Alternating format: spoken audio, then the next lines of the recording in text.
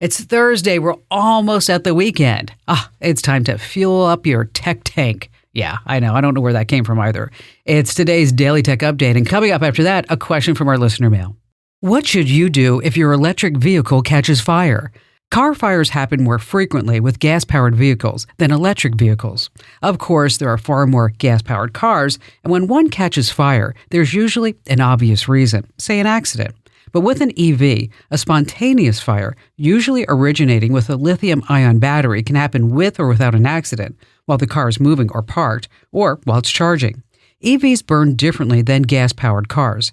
Temperatures reach almost 1,500 degrees. So how do you put one out? You don't. The Wall Street Journal reports firefighters say, let it burn. Seriously, water will not extinguish a battery fire.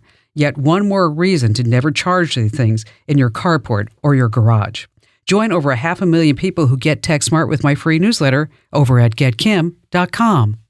All right, let's open up that Commando mail vault and see what questions you've got for me. Another letter from our listener, Dave. Angie in Washington writes, Hi, Kim. I need an alternative to Quicken. Free would be best. Yeah, we all love free. The new subscription platform requires connecting to the internet. I don't ever want to expose my financial records to the internet. My laptop used for Quicken has never been online. Okay, that concerns me in and of itself. I mean, hopefully, Angie, you're getting like the updates, system updates. But let's talk about Quicken alternatives. Number one, I bet you excel at numbers. Oh yeah, that was a good one. So you're wise to be protective of the device that you use for finances. I often tell folks to get an inexpensive Chromebook to use for just their financial life. Now, as far as a free Quicken replacement, there are two. GNU Cash, it's free open source accounting software. You can use it entirely offline. There's also Ace Money Lite. This is more basic. It's a free version of Ace Money, another personal finance manager. Allows you to track expenses, budgets, and a lot more without an online connection.